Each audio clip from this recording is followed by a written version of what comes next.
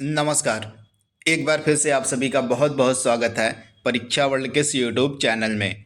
दोस्तों, RRB NTPC 2024 की परीक्षा के लिए प्रैक्टिस सेट की जो हम सीरीज चला रहे हैं उसको आज हम और आगे बढ़ाएंगे और आज की इस क्लास में हम प्रैक्टिस सेट नंबर 9 को कंप्लीट करने वाले हैं। इस प्रैक्टिस सेट के माध्यम से हम 40 बेहतरीन प्रश्नों को कवर करते हैं तथा ये जो 40 प्रश्न आपके हैं जीके, जीएस और करंट अफेयर्स के होते हैं। आप सभी को पता है कि जीके, जीएस और करंट अफेयर्स के कुल मिला के 40 प्रश्न आपके एनटीपीसी के स्टेज 1 में पूछे जाएंगे। तो ये 40 प्रश्न आपके आगामी एनटीपीसी की परीक्षा को ध्यान में रखते हुए ही तैयार किए जाते हैं। तो इस प्रैक्टिस सेट को आपको बिल्कुल ध्यान से लगाना है और लास्ट में कमेंट बॉक्स में अपना स्कोर बताना है कि इन 40 प्रश्नों में से आपने कितना सही किया है। तो आइए आज के सेशन को स्टार्ट करते हैं। पहला प्रश्न आपके स्क्रीन पर दिया गया है। हाल ही में केंद्रीय पत्तन, पोत, परिवहन एवं जलमार्ग मंत्रालय ने किसे अपना ब्रांड एम्बेसडर नियुक्त किया है? बेहतरीन प्रश्न है आपका यह करंट अफेयर्स का प्रश्न। तो पहले प्रश्न का राइट आंसर क्या हो जाएगा? मनु भाकर, यानी कि ऑप्शन आपका यहाँ पे जो बी वाला है बिल्कुल सही हो जाएगा। हाल ही में केंद्रीय पत्तन, पोत, परिवहन एवं जलमार्ग मंत्रालय ने अपना जो ब्रांड एम्बेसडर है वह मनु भाकर को बनाया है। तो सही आंसर आपका मनु भाकर है। अगला प्रश्न आपका सामने दिया गया है। हाल ही में मिस यूनिवर्स इंडिया 2024 का खिताब किसने जीता है? तो दोनों ही प्रश्न आपके करंट अफेयर्स के दिए गए हैं यहाँ पे। तो इस प्रश्न का राइट आंसर क्या हो जाएगा? रिया सिंघा, यानी कि ऑप्शन आपका सी वाला यहाँ पे बिल्कुल सही हो जाएगा। हाल ही में मिस यूनिवर्स इंडिया 2024 का खिताब रिया सिंघा ने जीता है। तो इनके बारे में आप याद रखिएगा। तथा यह जो प्रतियोगिता थी मिस यूनिवर्स इंडिया 2024, इसका आयोजन जयपुर में किया गया। तो इसकी लोकेशन भी आप याद रखिएगा। इस प्रतियोगिता का आयोजन राजस्थान के जयपुर में किया गया था। अगला प्रश्न आपके स्क्रीन पर दिया गया है। माई एक्सपेरिमेंट विद ट्रूथ, यह किसकी आत्मकथा है? बेहतरीन प्रश्न है। आप सभी को इसका जवाब देना है कि यह जो फेमस पुस्तक है माई एक्सपेरिमेंट विद ट्रूथ, यह किसकी आत्मकथा है? तो राइट आंसर क्या हो जाएगा? महात्मा गांधी की, यानी कि ऑप्शन आपका सी यहाँ पे बिल्कुल सही हो जाएगा। महात्मा गांधी की यह आत्मकथा है। अगला प्रश्न है। अरब सागर की रानी किसे कहा जाता है? बेहतरीन प्रश्न है। आपको बताना है कि अरब सागर की रानी किसे कहा जाता है। तो राइट आंसर क्या हो जाएगा? कोच्चि को। ऑप्शन आपका डी यहाँ पे बिल्कुल सही हो जाएगा, कोच्चि। अगला प्रश्न आपके स्क्रीन पर है। यह भी आपका करंट अफेयर्स का प्रश्न है, पांचवा। हाल ही में आप सभी को पता होगा वैश्विक नवाचार सूचकांक 2024 जारी किया गया है। तो इसमें भारत का स्थान क्या है आपसे पूछा गया है। ग्लोबल इनोवेशन इंडेक्स की यहाँ पे बात हो रही है। तो आप लोग याद रखिएगा इस इंडेक्स में भारत का स्थान है 39वां, यानी कि ऑप्शन आपका सी वाला यहाँ पे बिल्कुल सही हो जाएगा। आप इसे याद रखिएगा। 39th रैंक है इंडिया की। ऑप्शन सी आपका बिल्कुल सही है। वहीं पहले स्थान पे कौन सा देश है? तो स्विट्जरलैंड है। इसके बारे में आप याद रखिएगा। पहले स्थान पे स्विट्जरलैंड है। इसके बाद दूसरे स्थान पे स्वीडन है। शुरू के 3 कंट्री आप याद रखिएगा। और पहले स्थान पे स्विट्जरलैंड, दूसरे स्थान पे स्वीडन और तीसरे स्थान पर यूएसए है इस इंडेक्स में। तो टॉप 3 कंट्री को भी आपको याद रखना है। और इंडिया का स्थान है 39वां, यानी कि ऑप्शन आपका सी यहाँ पे बिल्कुल सही हो जाएगा। आप लोग याद रखिएगा। अगला प्रश्न आपके स्क्रीन पर दिया गया है। निम्नलिखित में से किसे मोतियों का शहर कहा जाता है? बेहतरीन प्रश्न है। मोतियों का शहर किसे कहा जाता है? तो राइट आंसर क्या हो जाएगा? हैदराबाद को। ऑप्शन आपका बी यहाँ पे बिल्कुल सही हो जाएगा। हैदराबाद को मोतियों का शहर कहा जाता है। तथा यह जो हैदराबाद शहर है यह किस नदी के किनारे अवस्थित है? मूसी नदी के। तो ये फैक्ट भी आपको याद रखना है। वहीं ऑप्शन ए जो प्रयागराज है इसको हम संगम शहर यानी कि संगम सिटी के नाम से भी जानते हैं। तो ये फैक्ट भी आप याद रखिएगा। तथा 2025 में प्रयागराज में महाकुंभ का आयोजन भी किया जा रहा है। तो ये फैक्ट आपको याद रखना है। अगला प्रश्न आपके स्क्रीन पर है। पैरा ओलंपिक में पदक जीतने वाली पहली पहली एथलीट दीपा मलिक किस राज्य की रहने वाली हैं? बेहतरीन प्रश्न है। और जो दीपा मलिक हैं ये पैरा ओलंपिक में पदक जीतने वाली भारत की पहली एथलीट हैं। तो इनका संबंध किस राज्य से है? तो आप लोग याद रखिएगा, ये हरियाणा की रहने वाली हैं दीपा मलिक, यानी कि ऑप्शन आपका डी यहाँ पे बिल्कुल सही हो जाएगा, हरियाणा। अगला प्रश्न है, निम्नलिखित में से कौन भारत के पहले और एकमात्र कार्यवाहक प्रधानमंत्री थे? आपसे पूछा गया है। बेहतरीन प्रश्न है आपका जीके का। तो राइट आंसर क्या हो जाएगा? गुलजारी लाल नंदा। ऑप्शन सी आपका यहाँ पे बिल्कुल सही हो जाएगा। गुलजारी लाल नंदा जो है यह भारत के पहले और एकमात्र कार्यवाहक प्रधानमंत्री थे। तो इनके बारे में आपको याद रखना है। ऑप्शन आपका सी यहाँ पे बिल्कुल सही हो जाएगा। वहीं ऑप्शन आप ए देख पा रहे हैं, पंडित जवाहरलाल नेहरू, ये भारत के पहले प्रधानमंत्री थे हमारे। आप याद रखिएगा, हमारे पहले पीएम कौन थे हमारे देश के? तो पंडित जवाहरलाल नेहरू थे। इनके बारे में आप याद रखिएगा। वहीं ऑप्शन आप बी देख पा रहे हैं, सर्वपल्ली राधाकृष्णन, ये हमारे पहले उपराष्ट्रपति थे, यानी कि वाइस प्रेसिडेंट थे। इनके बारे में भी आप याद रखिएगा। भारत के पहले उपराष्ट्रपति कौन थे? तो सर्वपल्ली राधाकृष्णन। तथा इन्हीं का जो जन्म दिवस होता है इसको भारत में हम शिक्षक दिवस के रूप में, टीचर्स डे के रूप में मनाते हैं। तो ये फैक्ट भी आपको याद रखना है। ये फैक्ट आपके एग्जाम के लिए बहुत ही ज़्यादा महत्वपूर्ण है। वहीं प्रश्न में क्या पूछा गया था कि भारत के पहले और एकमात्र कार्यवाहक प्रधानमंत्री कौन थे? तो राइट आंसर आपका था गुलजारी लाल नंदा। तो ये सारे फैक्ट आपको याद रखने हैं। अगला प्रश्न आपके स्क्रीन पर दिया गया है, सलार जंग म्यूजियम कहाँ पर है? बेहतरीन प्रश्न है। सलार जंग म्यूजियम की लोकेशन आपको बतानी है कि यह कहाँ पर है। तो राइट आंसर क्या हो जाएगा? दारुसिफा, तेलंगाना में। इसी जगह पर आपको देखने को मिलेगा सलार जंग म्यूजियम। ऑप्शन आपका ए यहाँ पे बिल्कुल सही हो जाएगा। दारुसिफा तेलंगाना में एक स्थान है, यहीं पे आपको देखने को मिलेगा सलार जंग म्यूजियम। अगला प्रश्न है, Nehru memorial museum and library कहाँ अवस्थित है? Nehru memorial museum and library कहाँ पर है? तो यह नई दिल्ली में है। ऑप्शन आपका बी यहाँ पे सही हो जाएगा। अगला प्रश्न आपके स्क्रीन पर है, किगाली किस देश की राजधानी है? किगाली जो है किस देश की राजधानी है? तो इस प्रश्न का राइट आंसर क्या हो जाएगा? रवांडा। आप लोग याद रखिएगा, रवांडा की राजधानी को हम कहते हैं किगाली। ऑप्शन आपका सी यहाँ पे बिल्कुल सही हो जाएगा। वहीं ये आपके ऑप्शन में जो चारों देश हैं ये अफ्रीका महाद्वीप के देश हैं। तो आइए इनकी राजधानी को एक एक करके देख लेते हैं। तो सबसे पहला ऑप्शन आपका दिया गया यमन। यमन की राजधानी क्या है? तो सना है। तो इसके बारे में आप याद रखिएगा। इथियोपिया की राजधानी है आदिस अबाबा। आप याद रखिएगा, आदिस अबाबा जो है यह इथियोपिया की राजधानी है। इसके अलावा सोमालिया की राजधानी क्या है? तो मोगादिशु। तो ये फैक्ट आपको याद रखना है। मोगादिशु जो है यह सोमालिया की राजधानी है। तो ये सारे फैक्ट आपको याद रखना है।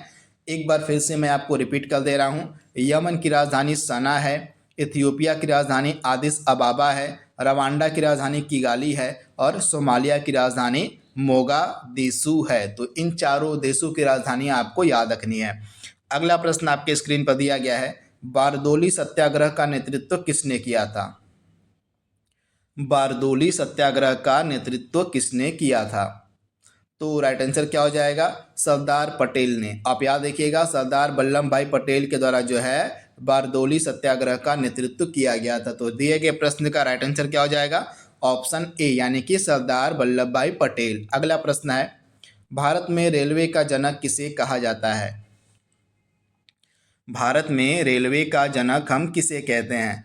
तो राइट आंसर क्या हो जाएगा? लॉर्ड डलहौजी। लॉर्ड डलहौजी के शासनकाल में ही भारत में पहली ट्रेन चलाई गई थी 1853 में। तो आप याद रखिएगा, तो लॉर्ड डलहौजी आपका राइट आंसर हो जाएगा। अगला प्रश्न आपके स्क्रीन पर है, राज्यपाल की जो नियुक्ति है यह किस आर्टिकल के अंतर्गत की जाती है? बेहतरीन प्रश्न है। तो राज्यपाल की जो नियुक्ति है यह किस अनुच्छेद के अंतर्गत की जाती है? तो राइट आंसर क्या हो जाएगा?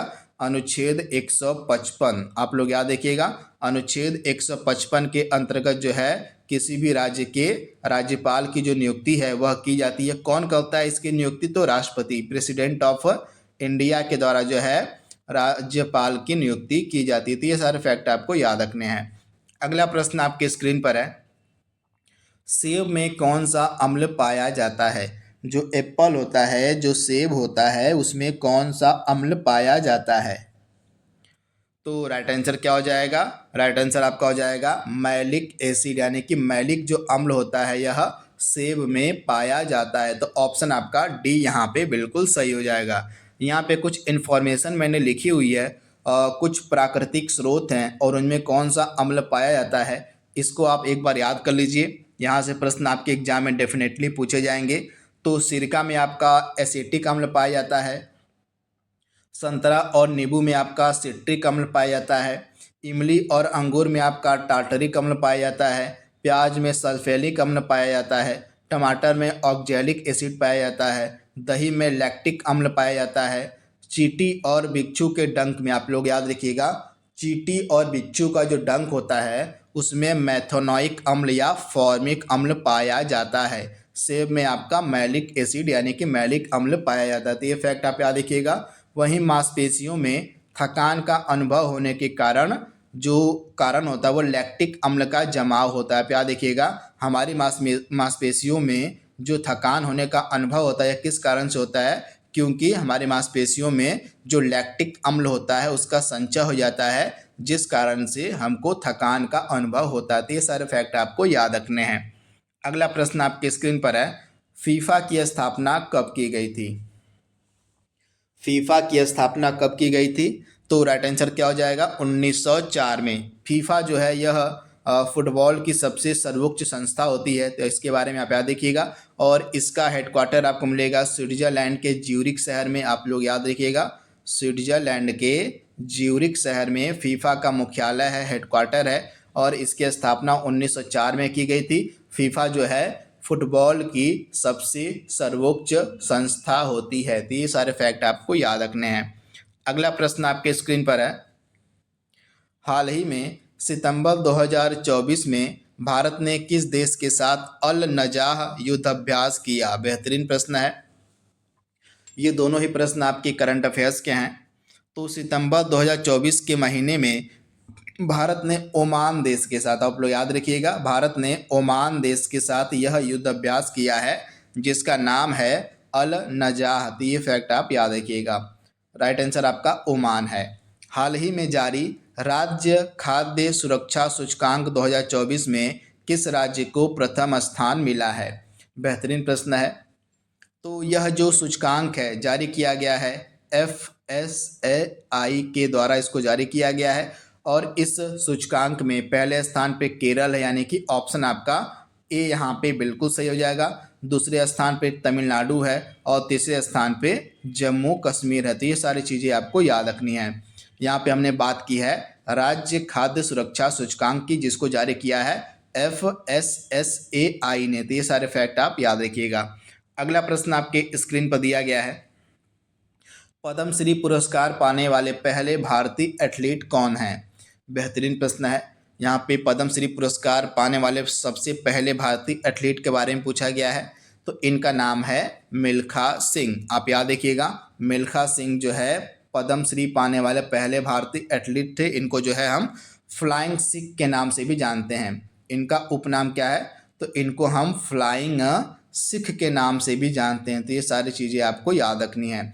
दोस्तों, अगर आपको यह प्रैक्टिस सेट की क्लास पसंद आ रही हो तो इस वीडियो को अपने उन दोस्तों के मध्य भी शेयर कर दीजिएगा जो रेलवे के NTPC परीक्षा की तैयारी कर रहे हैं। उनके मध्य इस वीडियो को साझा आप कर सकते हैं अगर यह सीरीज आपको पसंद आ रही है तो। अगले प्रश्न की तरफ बढ़ते हैं। अगला प्रश्न आपके सामने दिया गया है, बंगाल का प्रथम गवर्नर जनरल कौन था? बंगाल का प्रथम गवर्नर जनरल कौन था? तो राइट आंसर क्या हो जाएगा? Warren Hastings. आप याद रखिएगा, वॉरेन हेस्टिंग्स जो था यह बंगाल का प्रथम गवर्नर जनरल था। ऑप्शन बी आपका सही है। अगला प्रश्न है, महानदी का उद्गम स्थल पूछा गया है कि कहाँ पर है? महानदी का उद्गम स्थल कहाँ पर है? तो छत्तीसगढ़ के सिंघावा पहाड़ी से निकलती है महानदी, यानी कि ऑप्शन आपका ए जो है यहाँ पे बिल्कुल सही हो जाएगा। सिंघावा पहाड़ी जो कि छत्तीसगढ़ में है, यहीं से महानदी का उद्गम होता है। अगला प्रश्न है, निम्न में से किस नदी पर माता टीला बांध बनाया गया है? निम्नलिखित में से किस नदी पर माता टीला बांध बनाया गया है? तो राइट आंसर क्या हो जाएगा? बेतवा नदी पर। आप लोग याद रखिएगा, बेतवा रिवर पर यह बांध बनाया गया है। अगला प्रश्न आपके स्क्रीन पर है, भारत में जो नेशनल इमरजेंसी है, जो राष्ट्रीय आपातकाल है, यह किस अनुच्छेद के अंतर्गत लगाया जाता है? किस आर्टिकल के अंतर्गत भारत में राष्ट्रीय आपातकाल घोषित किया जाता है? तो राइट आंसर क्या हो जाएगा? आर्टिकल 352, यानी कि ऑप्शन आपका ए वाला यहाँ पे बिल्कुल सही हो जाएगा। आर्टिकल 352 के अंतर्गत भारत में राष्ट्रीय आपातकाल लगाया जाता है। वहीं आर्टिकल जो 356 होता है, इसके अंतर्गत भारत में जो राज्य आपातकाल है, जिसको हम बोलते हैं प्रेसिडेंट रूल या राष्ट्रपति शासन, वह आर्टिकल 356 के अंतर्गत लगाया जाता है। तो ये सारी चीज़ें आपको याद रखनी है। जो लाइकेन होते हैं, ये किसके सूचक होते हैं? लाइकेन किसके सूचक होते हैं? तो राइट आंसर क्या हो जाएगा? ये जो होते हैं लाइकेन, ये आपके एयर पोल्यूशन यानी कि वायु प्रदूषण के सूचक माने जाते हैं। तो ऑप्शन आपका डी यहाँ पे सही दिया गया है, तो इसके बारे में आप याद रखिएगा।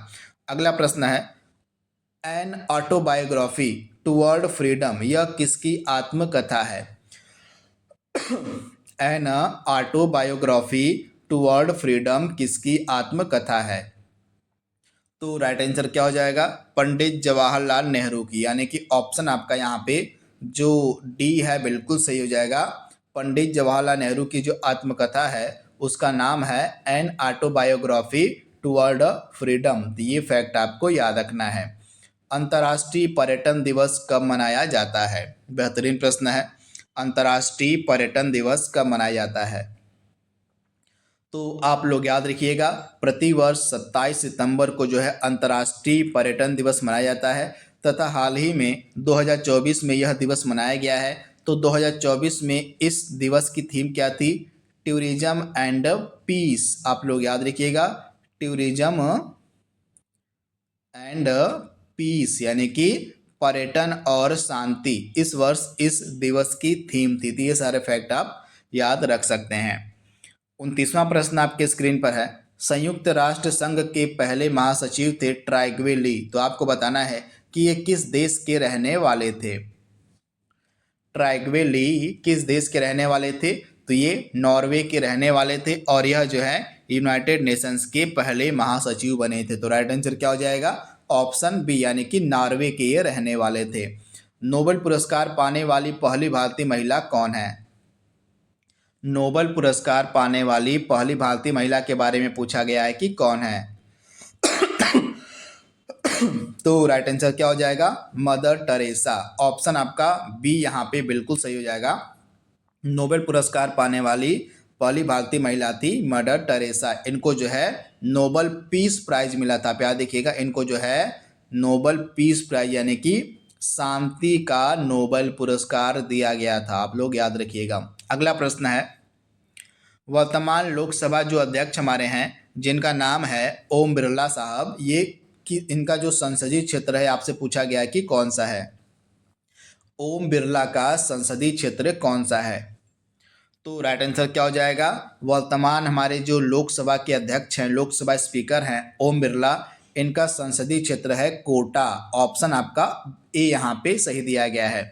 भारतीय बीमा नियामक और विकास प्राधिकरण का मुख्यालय पूछा गया है कि कहाँ पर है, जिसको हम शॉर्ट फॉर्म में इरडई के नाम से जानते हैं।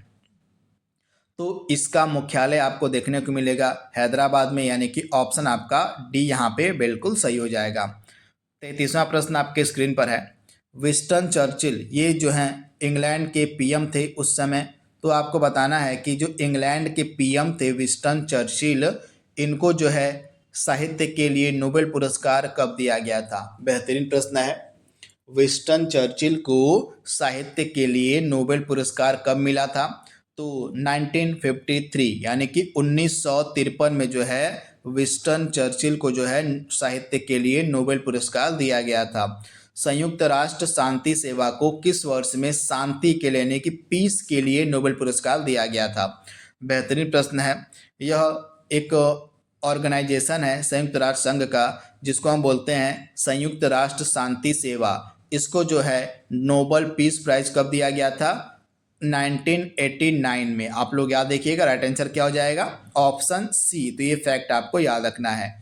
अगला प्रश्न आपके स्क्रीन पर दिया गया है, निम्नलिखित में से कौन सी नदी यमुना की सहायक रिवर है? यमुना की सहायक नदी के बारे में आपसे पूछा गया है कि कौन सी है।